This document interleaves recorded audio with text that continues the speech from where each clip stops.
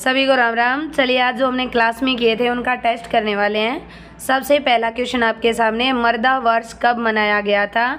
मर्दा वर्ष कब घोषित हुआ? तो आपका आंसर रहेगा 2015। 2015 को प्रधानमंत्री नरेंद्र मोदी जी द्वारा मर्दा वर्ष घोषित किया गया था 2015 को।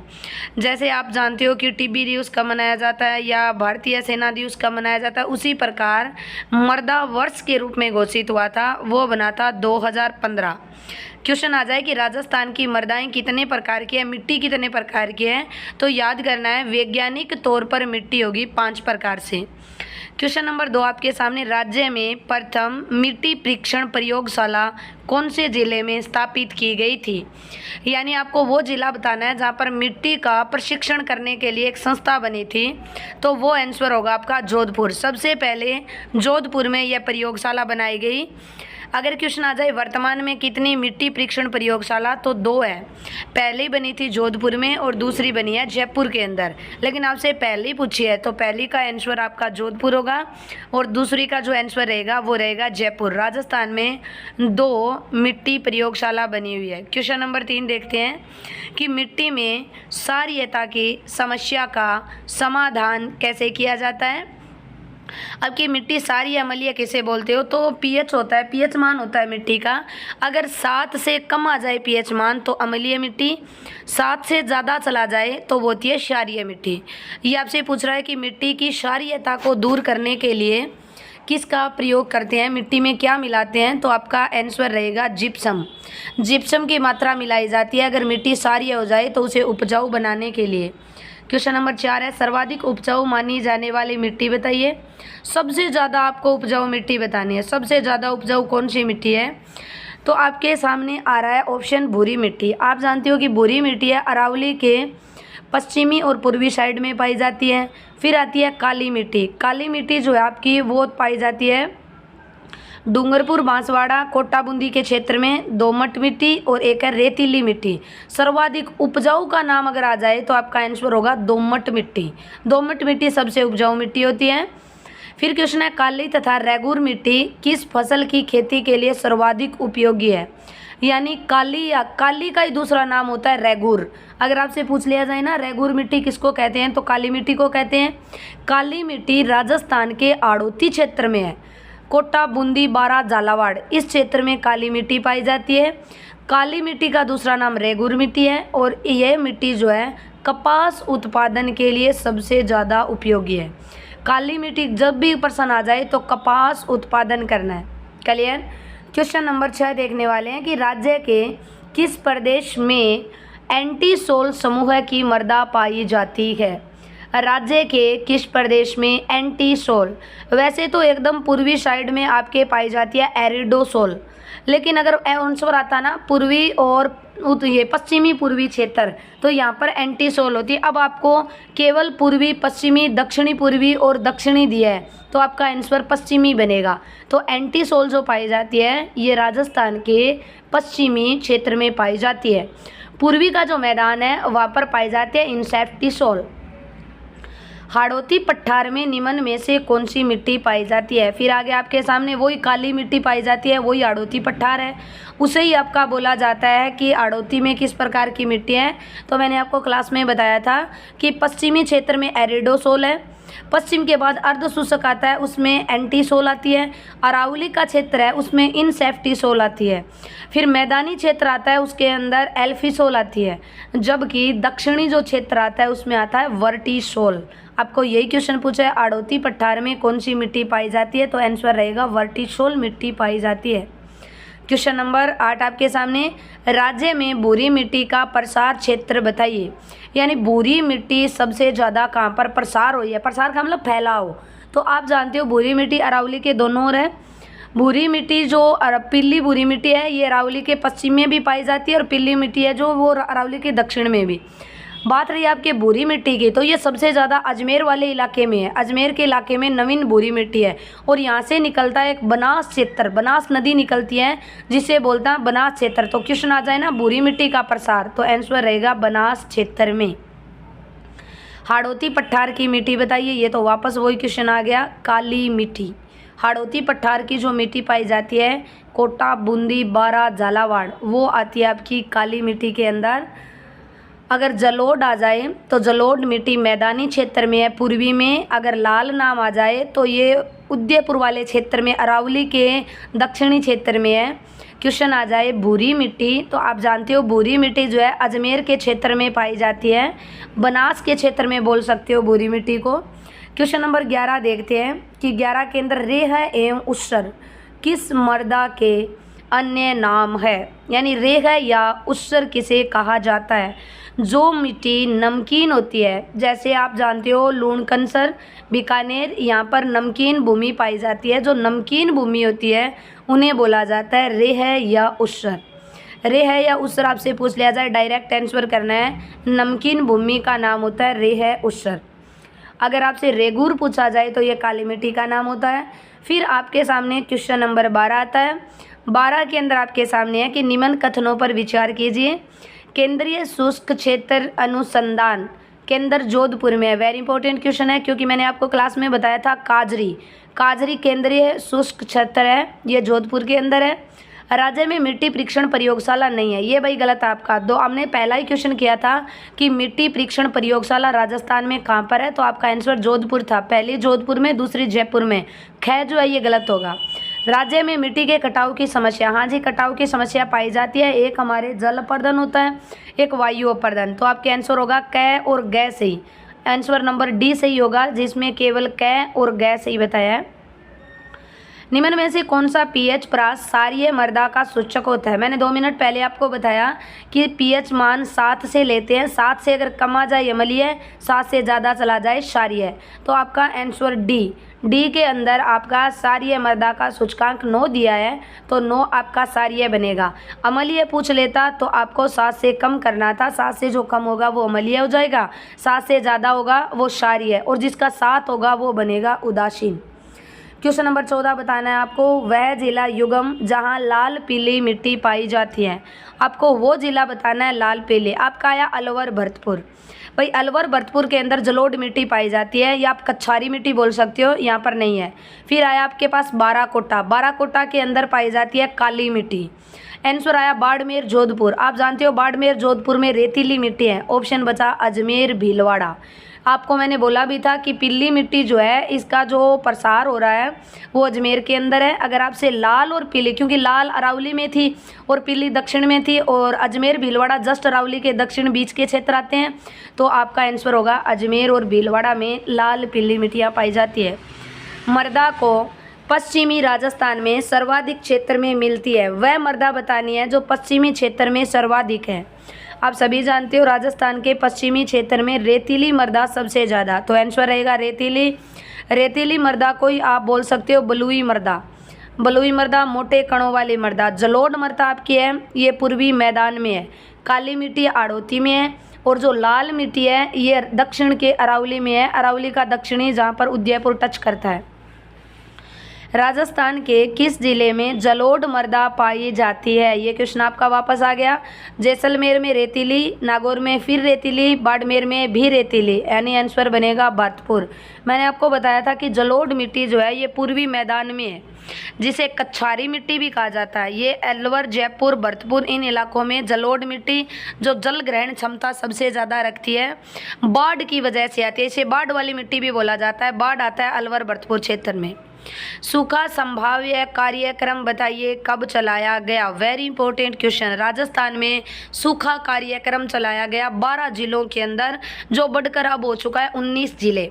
जिन जिलों में सूखे की संभावना, जैसलमेर, बाड़मेर, जोधपुर, बीकानेर, नागौर, ये जो क्षेत्र आता है सूखे की संभावना, यानी आप बोल सकते हो अरावली का जो पश्चिमी क्षेत्र है उसे बोलते हैं सूखा संभाव्य कार्यक्रम क्षेत्र। 1974 और 75 में आया था। 74-75 में सूखा संभाव्य कार्यक्रम 12 जिलों में, जो कि वर्तमान में बढ़कर 19 जिले बन चुके हैं। मृदा स्वास्थ्य कार्ड योजना की शुरुआत कहाँ से की गई, ये हमने क्लास में किया था। मृदा स्वास्थ्य कार्ड योजना ये आया था आपका श्री गंगानगर के अंदर, और सूरतगढ़ क्षेत्र में आया था। गंगानगर के मृदा स्वास्थ्य कार्ड योजना गंगानगर के अंदर सूरतगढ़ स्थान पे था। अगर मृदा वर्ष बोला जाए 2015 में नरेंद्र मोदी जी के द्वारा लाया गया था। क्वेश्चन आता है किस भाषा के शब्द से बना हुआ है मर्दा। आंसर है मर्दा जो है वो बताइए किस भाषा से बना हुआ है। तो आपका सीधा साधा आंसर रहेगा अरबी भाषा। अरबी भाषा, लैटिन भाषा, हिंदी भाषा या फिर आता है आपका संस्कृत भाषा। तो भाई मर्दा जो शब्द आता है वो आता है लैटिन भाषा के द्वारा। ऑप्शन है अरबी, लैटिन, हिंदी, संस्कृत, जो कि मर्दा भाषा जो है वो होगी लैटिन भाषा। लैटिन भाषा से मिलकर बना हुआ है मर्दा नाम। क्लियर। क्वेश्चन नंबर आपके सामने 20 आता है कि किसान की रेंगती हुई मृत्यु किसे कहा जाता है। हो सकता है आपसे पूछा जाए मरुस्थल का रेंगना किसे कहा जाता है, या रेंगती हुई मिट्टी किसे कहा जाता है, या किसान की रेंगती हुई मृत्यु किसे कहा जाता है। जो मिट्टी एक स्थान से दूसरे स्थान पर जाती है उसे रेंगती हुई मृदा कहा जाता है। ये मृदा का अपर्दन होता है, एक स्थान से दूसरे स्थान पर जाना, इसे कहा जाता है रेंगती हुई मिट्टी। सेम की समस्या आपसे पूछ लिया जाए तो ये सेम की समस्या जो है ये गंगानगर हनुमानगढ़ के अंदर है। अगर आपसे पूछ लिया जाए कि क्षारीयता आप जानते हो कि जो फीकापन आ जाता है भूमि के अंदर जब हम इसके अंदर जिप्सम की मात्रा मिलाते हैं तो उन्हीं के द्वारा इसको क्षारीयता को दूर किया जा सकता है, अम्लीयता को दूर किया जा सकता है चुनने के द्वारा भी। तो ये थी आपकी रेंगती हुई मृदा। राज्य में मिट्टी का वैज्ञानिक वर्गीकरण, ये हमने देखा था कि राजस्थान में वैज्ञानिकों के द्वारा 5 तरह की मिट्टियों का वर्णन किया गया था, जिसमें आई थी एरिडोसोल, फिर आई थी एंटीसोल, एल्फीसोल, और आई थी आपकी इंसेप्टिसोल, और लास्ट में थी एक वर्टिसोल। एरिडोसोल, एंटीसोल, इंसेप्टिसोल, एल्फीसोल और एक आई थी आपकी वर्टिसोल। ये थी 5 मिट्टियाँ जो वैज्ञानिकों के द्वारा इसका नामकरण किया गया था। फिर क्वेश्चन नंबर 22 आपके सामने, भारतीय कृषि अनुसंधान परिषद का मुख्यालय। भारतीय कृषि अनुसंधान, अगर हमारा पूछा जाए ना कृषि प्रयोगशाला बताओ राजस्थान में जोधपुर जयपुर होगी, जबकि भारतीय कृषि अनुसंधान परिषद पूछा जाए तो नई दिल्ली के अंदर मुख्यालय है। भारत का कृषि अनुसंधान परिषद जो है उनका जो मुख्यालय है वो नई दिल्ली के अंदर बनाया गया है। फिर आपके सामने क्वेश्चन आता है, राजस्थान में नहीं है, राजस्थान में आपका आंसर आता है कि मिट्टी प्रयोगशाला जो बनी है वो राजस्थान के जोधपुर जिले में बनी है, दूसरी बनी है जयपुर में। क्वेश्चन नंबर 23 देखने वाले हैं, राज्य में सर्वाधिक विस्तार वाली मृदा बताइए। ये तो आप सभी आंसर दे सकते हो। सबसे ज़्यादा मृदा कौन सी पाई जाती है राजस्थान में।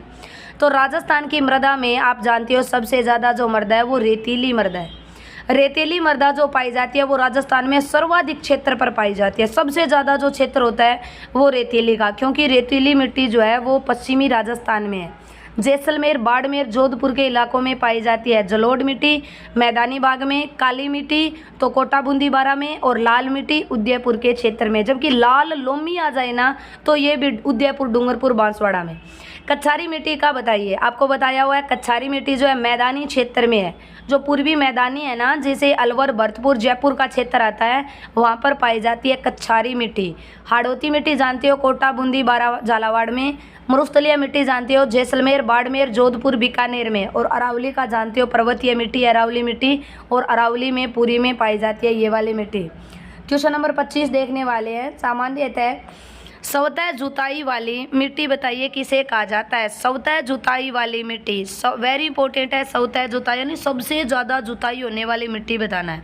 सबसे ज़्यादा जुताई किस मिट्टी में की जाती है, तो आपका आंसर होगा काली मिट्टी। काली मिट्टी सबसे ज़्यादा उपजाऊ मिट्टी बोली जाती है, इसलिए इसे सवत उपजाऊ मिट्टी भी कहा जाता है।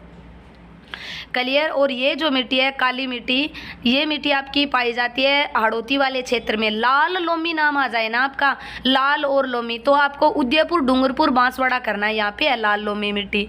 मक्का के लिए, मृदा के लिए अगर आपसे पूछ लिया जाए कौन सी मिट्टी जो है उपयोगी मानी जाती है मक्का के लिए, तो आपका आंसर होगा मक्का में लाल चिकनी मिट्टी। क्लियर। मृदा के लिए जो मिट्टी जानी जाती है वो लाल चिकनी मिट्टी है। रेतीली आप जानते हो पश्चिमी क्षेत्र में है। जलोढ़ आप वैसे पढ़ चुके हो कि मैदानी पूर्वी में है। काली मिट्टी आप हाड़ौती क्षेत्र में काली मिट्टी पाई जाती है। क्वेश्चन नंबर 27 देखने वाले हैं, जिसमें आपको दिया हुआ है 27 में कि मरु विकास कार्यक्रम कब घोषित किया गया। वेरी इंपॉर्टेंट क्वेश्चन है। वो था सूखा कार्यक्रम 1974-75 में। सूखा कार्यक्रम था वो अरावली के पश्चिमी इलाके में आया था, जहाँ से जैसलमेर जोधपुर वाला है। जब शुरू हुआ था ना 74-75 में 12 जिले थे, वर्तमान में 19 जिले शामिल है। लेकिन मरु विकास कार्यक्रम पूछ लिया जाए ना, ये आया था 1977 से 78 में। मरु विकास कार्यक्रम 1977-78 में आया था मरु विकास, वेरी इंपॉर्टेंट। उदासीन मिट्टी का पीएच मान बताइए। उदासीन मिट्टी, एक होता है अम्लीय, एक होता है क्षारीय, एक होता है उदासीन। 7 से कम चला जाए अम्लीय, ज़्यादा चला जाए क्षारीय, इसने पूछा है उदासीन। उदासीन होता है डायरेक्ट एकदम, जो 7 जो मान होता है ना, वो होता है आपका उदासीन मिट्टी का। तो उदासीन का आंसर रहने वाला है 7। अगर ये पूछ लेता क्षारीय तो 7 से ज़्यादा यानी 9 बोल देते। अगर ये पूछ लेता अम्लीय तो 7 से कम जितनी भी होगी, ये 3 ये 4 ये जो भी होगी वो ले लेंगे। फिर क्वेश्चन नंबर सर्वाधिक मोटे कणों वाली मिट्टी, और मोटे कणों वाली आप सभी जानते हो रेतीली मिट्टी। राज्य में सर्वाधिक अपरदन का कारण बताइए। सबसे ज़्यादा राजस्थान में अपरदन जो होता है वो किस कारण से होता है, ये बताना है। ये आप सभी जानते हो कि राजस्थान में सबसे ज़्यादा आंधियाँ चलती है, तो जो अपरदन होगा वो वायु अपरदन होगा। सबसे ज़्यादा मिट्टी का अपरदन वायु से होता है। अगर पूछा जाए जल अपरदन, ये होता है चंबल नदी के किनारे, चंबल नदी के चारों ओर का जो क्षेत्र होता है उसमें जो मिट्टी का कटाव होता है उसे जल अपरदन कहते हैं। चादरी अपरदन जो होता है वो पहाड़ी क्षेत्रों में वर्षा के कारण होता है। पहाड़ी क्षेत्र होती है उसमें वर्षा होती है, उससे हो जाता है चादरी अपरदन। हमें पूछा है सबसे ज़्यादा अपरदन, तो आपका आंसर होगा वायु अपरदन। क्वेश्चन नंबर 30 आता है आपके सामने, सर्वाधिक मोटे कणों वाली मिट्टी किसे कहा जाता है। ये तो हम हजारों बार पढ़ चुके हैं। सर्वाधिक मोटे कणों वाली मिट्टी बलुई मिट्टी, बालू मिट्टी, बलुई मिट्टी बोल सकते हो आप इसको। मोटे कणों वाली मिट्टी रेतीली मिट्टी, तो आंसर होगा बलुई मिट्टी, जो पश्चिमी राजस्थान के अंदर है। जलोढ़ आप जान चुके हो कि मैदानी पूर्वी के अंदर है। काली आप जान चुके हो हाड़ौती में है। लाल आप जान चुके हो उदयपुर के अंदर दक्षिणी अरावली में है। लाल लोमी पूछा जाए उदयपुर डूंगरपुर बांसवाड़ा में है। अगर प्योर आपको लाल और काली का मिश्रण पूछा जाए डूंगरपुर बांसवाड़ा में ही है। अगर आपसे पूछ लिया जाए कि बताइए काली मिट्टी, तो ये आपका हाड़ौती में। अधूरे निर्माण की मिट्टी किसे कहा जाता है। फिर आपके सामने अधूरा निर्माण, आधा निर्माण हुआ था मिट्टी का, पूर्णतः निर्माण नहीं माना जाता है मिट्टी का, वो आपका आंसर होगा भूरी मिट्टी। भूरी मिट्टी को अधूरे निर्माण वाली मिट्टी कहा जाता है। और अगर पूछ लिया जाए राजस्थान में भूरी मिट्टी बताइए, तो भूरी मिट्टी जो है वो अरावली के, पीली मिट्टी तो है पश्चिमी और दक्षिण क्षेत्र में अरावली के, भूरी मिट्टी है दक्षिण में अजमेर वाले क्षेत्र के चारों ओर भूरी मिट्टी पाई जाती है। राज्य में नदियों से निर्मित मृदा कौन सी है। ये बोल रहा है नदियों के द्वारा लाई गई मिट्टी को कौन सी मिट्टी बोला जाता है। काली नहीं बोल सकते, हाड़ौती क्षेत्र की है। पर्वतीय नहीं बोल सकते, चट्टानों से है। ये अरावली के अंदर है। अरावली के अंदर लाल पर्वतीय मिट्टी पाई जाती है। पीली मिट्टी जो है आप जानते हो कि ये पीली जो मिट्टी आ रही है ये अरावली के पश्चिमी और दक्षिणी क्षेत्र में है। अब आंसर रह गया जलोढ़ मिट्टी। जल के द्वारा जो लाई जाती मिट्टी है उन्हें बोला जाता है जलोढ़ मिट्टी। तो राजस्थान के अंदर निर्मित नदियों द्वारा लाई मिट्टी को बोलेंगे हम जलोढ़ मिट्टी। क्वेश्चन नंबर आगे आता है कि नवीन जलोढ़ किसे कहा जाता है। ये मैंने आपको क्लास में बोला था, एक का नाम होता है बांगर और एक का नाम होता है खादर। बांगर जो होता है वो पुरानी मिट्टी होती है और खादर जो होता है वो नई मिट्टी होती है। इसने क्या बोला, नवीन जलोढ़। नवीन का मतलब क्या हो गया, नई मिट्टी। तो नई मिट्टी का आपका आंसर बन जाएगा यहाँ पर खादर। खादर जो मिट्टी होती है उसे नवीन मिट्टी कहते हैं। राजस्थान में खादर मिट्टी चंबल के चारों ओर पाई जाती है। अगर पूछ लिया जाए नदी किसके चारों ओर है, चंबल नदी के चारों ओर है। अगर आपसे बांगर पूछ लिया जाए ना तो ये शेखावाटी के क्षेत्र में पाई जाती है, पुरानी मिट्टी होती है बांगर। फिर क्वेश्चन आपके सामने कि बताना आपको निम्न में से वह मृदा जो सर्वाधिक जल ग्रहण क्षमता करती है, यानी सबसे ज़्यादा जल को ग्रहण कर लेती है वो मिट्टी बताइए, शोषण कर लेती है, तो उनको बोला जाता है, आपका आंसर होगा जलोढ़ मिट्टी। जलोढ़ मिट्टी जो होती है वो नदियों द्वारा लाई जाती है, लेकिन इसने क्या पूछा कि सबसे ज़्यादा जल का ग्रहण कौन करती है, पानी का शोषण कौन करती है, तो वही आंसर काली मिट्टी होगा। सबसे ज़्यादा अगर जल द्वारा लाई जाती मिट्टी पूछ ले तो जलोढ़, लेकिन जल का अवशोषण पूछ लेना तो काली मिट्टी सबसे ज़्यादा करती है, जिसमें कपास और मक्के की खेती होती है। इन सेफ्टी सोल राज्य के कौन से क्षेत्र में है, ये आप सभी जानते हो। सेफ्टी सोल, सेफ्टी कहाँ पे हुई थी, सेफ्टी, तो आपको बोला था सेफ्टी जो बीच का जो इलाका होता है उसमें हुई थी, तो उत्तरी तो नहीं बोल सकते ना दक्षिणी, तो आप आंसर दे सकते हो ये थोड़ा सा हुआ था, ये पूर्वी क्षेत्र की मिट्टी के अंदर आती है इन सेफ्टी सोल। वैसे तो इसका आंसर होता है ये रहेगी आपकी पश्चिमी पूर्वी के बीच का जो मैदान होता है वो वाला, लेकिन यहाँ पर अगर पूछ लिया जाए डायरेक्ट इन सेफ्टी सोल, हम जाते हैं अरावली के, और अरावली जो क्षेत्र है वो पश्चिम क्षेत्र की ओर से पूर्व की ओर क्रम बनाता है। फिर आपका आंसर रहेगा मक्का, कपास व अफीम के लिए। अगर मक्का कपास दोनों साथ नाम आ जाए, केवल आपका कपास आए ना तो काली मिट्टी है, काली मिट्टी ऑप्शन नहीं दे रखा है, आपको दिया है मक्का, कपास और अफीम, तो ये होती है लाल और काली मिट्टी में।